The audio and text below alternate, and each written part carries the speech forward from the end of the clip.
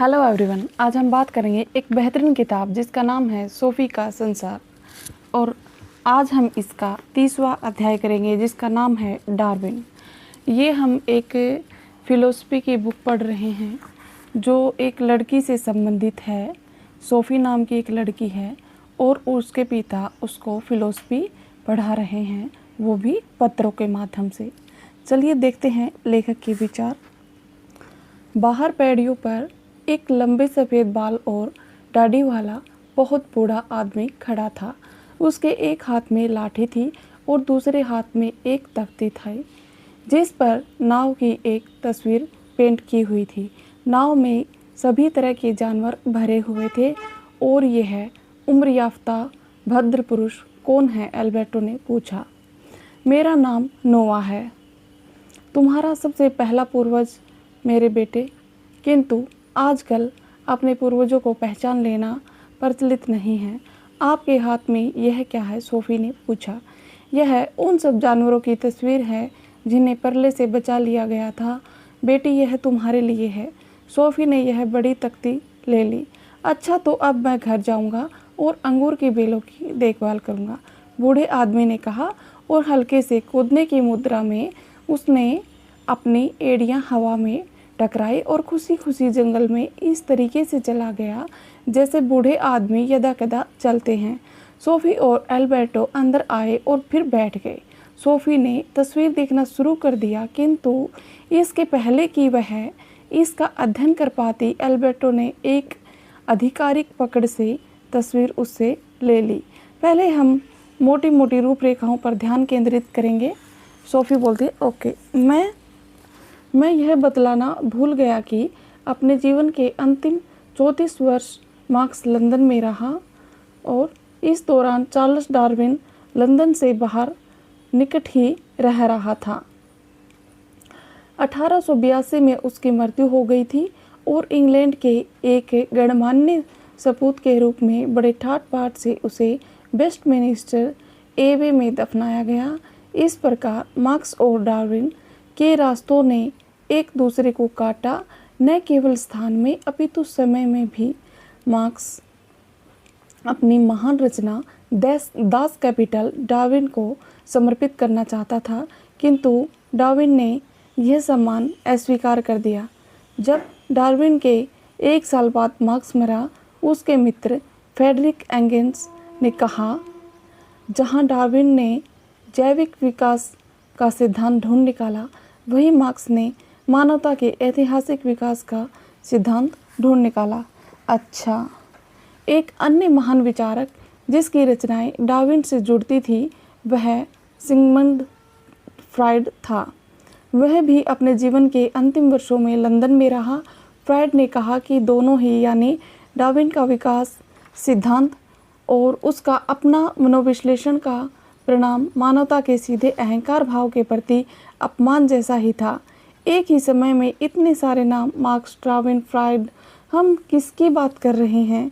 एक व्यापक अर्थ में हम एक प्रकृतिवादी धारा की बात कर रहे हैं जो 19वीं शताब्दी के बीच से शुरू होकर हमारी अपनी शताब्दी में लंबी चली आई है। प्रकृतिवादी से हमारा अभिप्राय यथार्थ के ऐसे अर्थ से है जो प्रकृति और इंद्रियों द्वारा प्राप्त ज्ञान के अतिरिक्त और किसी यथार्थ को स्वीकार नहीं करती। इसलिए प्रकृतिवादी मानवता को भी प्रकृति का एक भाग मानकर चलते हैं। एक प्रकृतिवादी वैज्ञानिक एकमात्र प्राकृतिक सत्ता पर निर्भर करता है। वह न तो किसी तार्किक पूर्व धारणाओं और न ही किसी दिव्य प्रकट पर भरोसा करता है। डार्विन एक जीवशास्त्री और प्राकृतिक वैज्ञानिक था, किंतु वह अभी हाल के समय का वैज्ञानिक भी था जिसने सबसे अधिक खुले रूप में बाइबल में वर्णित सृष्टि में मनुष्य के स्थान संबंधी मत को चुनौती दी थी। वह 1909 में श्रीवस्वरी नामक छोटे से कस्बे में पैदा हुआ था। उसका पिता डॉक्टर रॉबर्ट डार्विन एक ख्यात स्थानीय चिकित्सक था और अपने बेटे के पालन पोषण में कठोर अनुशासन बरतता था। जब चार्ल्स स्थानीय ग्रामर स्कूल का विद्यार्थी था तो उसके हेडमास्टर ने बालक डार्विन का वर्णन इस प्रकार किया, वह हर समय इधर उधर उड़ता फिरता है, बेकार की चीज़ों में अपना दिमाग खराब कर रहा है और कोई भी तनिक सा भी ऐसा काम नहीं करता जो जरा सा भी उपयोगी हो। उपयोगी से हेडमास्टर का अभिप्राय यूनानी और लैटिन क्रियाओं को रटने से था और उड़ते फिरते से उसका अभिप्राय था चार्ल्स इधर उधर चढ़ता फिरता है, अनेक प्रकार के दुर्मुट, एक प्रकार का कीड़ा होता है दुर्मुट, इकट्ठे करता है। बाद में जब उसने धर्मशास्त्र पढ़ना शुरू किया तो चार्ल्स की अधिक रुचि चिड़ियाँ देखने और कीड़े मकोड़े इकट्ठा करने में थी और इसलिए उसे धर्मशास्त्र में अच्छे ग्रेड नहीं मिले। जब वह कॉलेज में था उसने प्राकृतिक वैज्ञानिक के रूप में अपने लिए ख्याति अर्जित कर ली। उसकी अधिकांश रुचि भूविज्ञान में भी, विज्ञान की एक वह शाखा है, उन दिनों अच्छी बढ़ रही थी। अप्रैल 1831 में जैसे ही उसने धर्मशास्त्र में कैम्ब्रिज से स्नातक परीक्षा पास की, वह नॉर्थ वेल्स में चट्टानों की बनावट का अध्ययन करने और जीवाश्मों को इकट्ठा करने में चला गया। उसी वर्ष अगस्त में जब वह मुश्किल से 22 वर्ष का रहा होगा, उसे एक पत्र मिला जो उसे उसके शेष जीवन की दिशा निर्धारित करने वाला था। वह पत्र किस बारे में था? यह पत्र उसके मित्र और अध्यापक जॉन स्टीवन हैंसलो ने भेजा था। उसने लिखा, मुझसे निवेदन किया गया है कि मैं एक प्रकृतिवादी की अनुशंसा करूं और कैप्टन फिट्जरॉय के साथी की तरह जाऊंगा। फिट्जरॉय को सरकार ने दक्षिणी अमेरिका के समुद्री किनारों का सर्वेक्षण करने के लिए कमीशन नियुक्त किया है। मैंने उससे कहा कि इस काम के लिए तुम सबसे उपयुक्त व्यक्ति हो और वर्तमान स्थिति में इस काम को कर सकते हो। जहाँ तक इस काम के आर्थिक पहलू का प्रश्न है, मुझे कुछ भी नहीं मालूम। समुद्री यात्रा 2 वर्ष चलेगी। आपको यह सब जवानी याद कैसे रहता है? ये कहानी किस्सा है सोफ़ी। और उसने क्या उत्तर दिया? वह दिल से उस अवसर को पकड़ना चाहता था, किंतु उन दिनों युवक अपने माता पिता की सहमति के बिना कुछ नहीं करते थे। उसके बहुत मनाने पर आखिर में उसका पिता मान गया और वह पिता ही था जिसने अपने बेटे की समुद्री यात्रा का खर्चा उठाया। जहाँ तक आर्थिक पहलू का प्रश्न था, इस बारे में चुप्पी लगाना महत्वपूर्ण था। ओह, जहाज नौसेना का HMS बीगल था, जिसने 27 दिसंबर 1831 को प्लाईमाउथ से यात्रा आरंभ की थी और दक्षिण अमेरिका जाना था, और यह अक्टूबर 1836 तक वापस नहीं लौटा।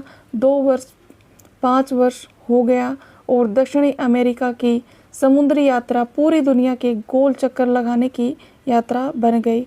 और अब हम हाल ही के समय की सबसे महत्वपूर्ण खोज की समुद्री यात्रा पर आते हैं। वे सारी दुनिया की घूम कर यात्रा करते रहे। हाँ, बिल्कुल ऐसे ही दक्षिणी अमेरिका से वे प्रशांत महासागर में से होते हुए न्यूजीलैंड, ऑस्ट्रेलिया, दक्षिण अफ्रीका पहुँचे। फिर वे इंग्लैंड के लिए वापस चलने के बजाय वापस दक्षिण अमेरिका चले गए। डार्विन ने लिखा, बीगल जहाज में समुद्री यात्रा निसंदेह उसके जीवन की सबसे महत्वपूर्ण घटना थी। समुद्र पर बने रहना एक प्रकृतिवादी के लिए आसान नहीं रहा होगा। शुरू के वर्षों में बीगल दक्षिण अमेरिका के तटों पर इधर उधर आता जाता रहा। इससे डार्विन को प्रायद्वीप एवं अंदर के भागों को अच्छी तरह जानने का अवसर प्राप्त हुआ।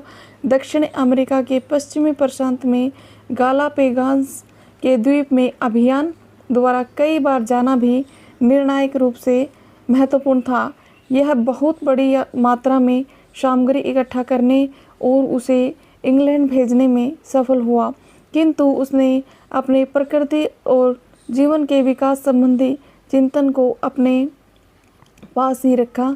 जब वह 27 वर्ष की अवस्था में इंग्लैंड पहुंचा, उसने समय को एक ख्यात वैज्ञानिक के रूप में पाया। उस बिंदु पर उसे अपने अंदर अपनी तस्वीर साफ नज़र आने लगी, जो बाद में जीवन के विकास का सिद्धांत अपनाने जा रही थी। किंतु वापस लौटने के भी कई वर्ष बाद तक डार्विन ने अपनी मुख्य रचना का प्रकाशन नहीं किया, क्योंकि डार्विन एक सावधानी बरतने वाला व्यक्ति था। वह सावधानी एक वैज्ञानिक के लिए उचित ही थी। उसकी मुख्य रचना क्या थी?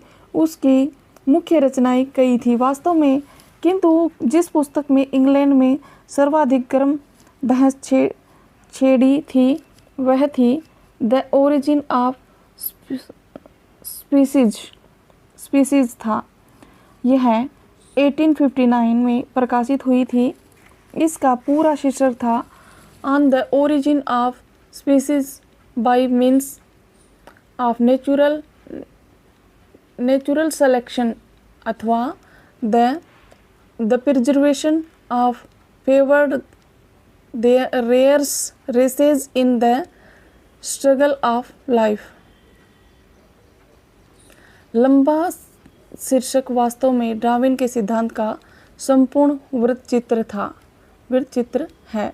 निश्चय ही उसने शीर्षक में बहुत कुछ भर दिया, किंतु आइए हम इसे एक टुकड़े में लेते हैं। ओरिजिन ऑफ स्पीसीज में डार्विन ने दो सिद्धांत या दो धारणाएं सामने रखी। पहली तो थी, उसका प्रस्ताव था कि समस्त वर्तमान वनस्पति एवं जानवर रूप पहले के और अधिक पुरातन रूपों में उत्तराधिकार स्वरूप में एक जैविक विकास से होते हुए पहुँचे हैं। दूसरी, प्राकृतिक चयन या छांट का परिणाम यह विकास है। जो सबसे फिट है वही बचा रहेगा। ठीक, यह ठीक है, किंतु हमें पहले विकास के विचार पर ध्यान केंद्रित करना चाहिए। यह अपने आप में इसका मौलिक नहीं था। जैव वैज्ञानिक विकास का विचार बहुत पहले 1800 में स्वीकार किया जाने लगा था। इस विचार का अग्रणी प्रवक्ता फ्रेंच जूलॉजिस्ट लेमार्क था। उससे भी पहले डार्विन के अपने दादा इरेमस डार्विन ने सुझाव दिया था कि पौधे और जानवर कुछ पुरातन नस्लों के से विकसित हुए हैं, किंतु उनमें से कोई भी ऐसा स्वीकार्य स्पष्टीकरण प्रस्तुत नहीं कर पाया था कि यह विकास कैसे हुआ। इसलिए चर्च के लोगों ने उन्हें बड़ी चुनौती या खतरा नहीं समझा। हाँ, वास्तव में और ऐसा आकारण नहीं था। धर्म क्षेत्रों और वैज्ञानिकों दोनों ही के बीच सारी वनस्पति और जानवरों की नस्लों की अपरिवर्तनशीलता का बाइबल का सिद्धांत कठोरता से माना एवं अनुकरण किया जाता था। जानवर जीवन का हर एक प्रत्येक रूप से एक बार और हमेशा के लिए अलग ही बना दिया गया था।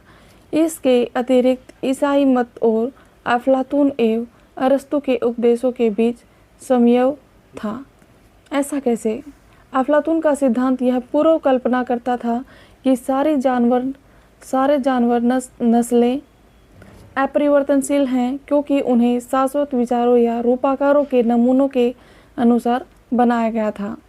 ठीक, शुरुआत करते हैं। जीवाश्म बढ़ती संख्या में खोद निकाले गए थे, ऐसे ही अब अनुपलब्ध हो गए। जानवरों की बड़ी जीवाश्म हड्डियां पाई गई थी। डार्विन स्वयं इस बात से आश्चर्यचकित हुआ कि समुद्री प्राणियों के निशान जमीन पर समुद्र से बहुत दूर पाए गए थे। दक्षिणी अमेरिका में उसने एंडीज पर्वतों में बहुत ऊंचाई पर इस प्रकार की खोजें की थी। और एक समुद्री प्राणी एंडीज पर्वतों में क्या कर रहा था? सोफी, क्या तुम मुझे यह बता सकती हो? नहीं। कुछ लोग मानते थे कि उन्हें वहाँ कुछ लोगों ने या जानवरों ने बस यूं ही फेंक दिया था। दूसरों का यह भी मानना था कि ईश्वर ने यह जीवाश्म और समुद्री प्राणियों के चिन्ह ईश्वर में विश्वास न करने वालों को भटकाने के लिए वहाँ छोड़ दिए हैं। किंतु वैज्ञानिक किसमें विश्वास करते थे? अधिकांश भूगर्भ शास्त्रियों ने दावे के साथ किसी महाविनाश के सिद्धांत को माना, जिसके अनुसार पृथ्वी पर विशाल बाढ़ें, भूकंप आए और ऐसी ही अन्य विनाश लीलाएं हुई जिनमें सारा जीवन नष्ट हो गया। जीवाश्म उन पहले वाले जीवन के रूपाकारों के निशान थे जो भयंकर एवं विशाल विध्वंसों में साफ समाप्त हो गए थे। वह उन्हीं ताकतों की बात सोच रहा था जो आज भी कार्यरत हैं। हवा और मौसम, पिघलती बर्फ, भूकंप और ज़मीन के स्तर में उभार। तुमने पानी की एक बूंद द्वारा पत्थर घिसने की बात तो सुनी होगी, पार्श्विक शक्ति द्वारा नहीं, अपितु निरंतर बूंद बूंद गिरते रहने द्वारा। लियल का विश्वास था कि इसी प्रकार के अत्यंत छोटे और कर्मिक परिवर्तन एक बेहद लंबे अरसे के दौरान प्रकृति का चेहरा पूरी तरह बदल सकते हैं, किंतु अकेला यह सिद्धांत यह स्पष्ट नहीं कर सकता था कि डार्विन को एंडीज पर्वतों में ऊपर समुद्री प्राणियों के शेषांश क्यों मिले। किंतु डार्विन ने हमेशा याद रखा कि अत्यंत छोटे और कर्मिक परिवर्तन पर्याप्त समय मिलने पर नाटकीय परिवर्तन बन सकते हैं। यहाँ पे हमारा अध्याय ख़त्म होता है और मैंने थोड़ा अध्याय को शॉर्ट में किया है क्योंकि वीडियो बहुत ज़्यादा लंबी हो जाती है वरना। चलिए, हमारी वीडियो में अंत तक बने रहने के लिए बहुत बहुत धन्यवाद। Thank you so much.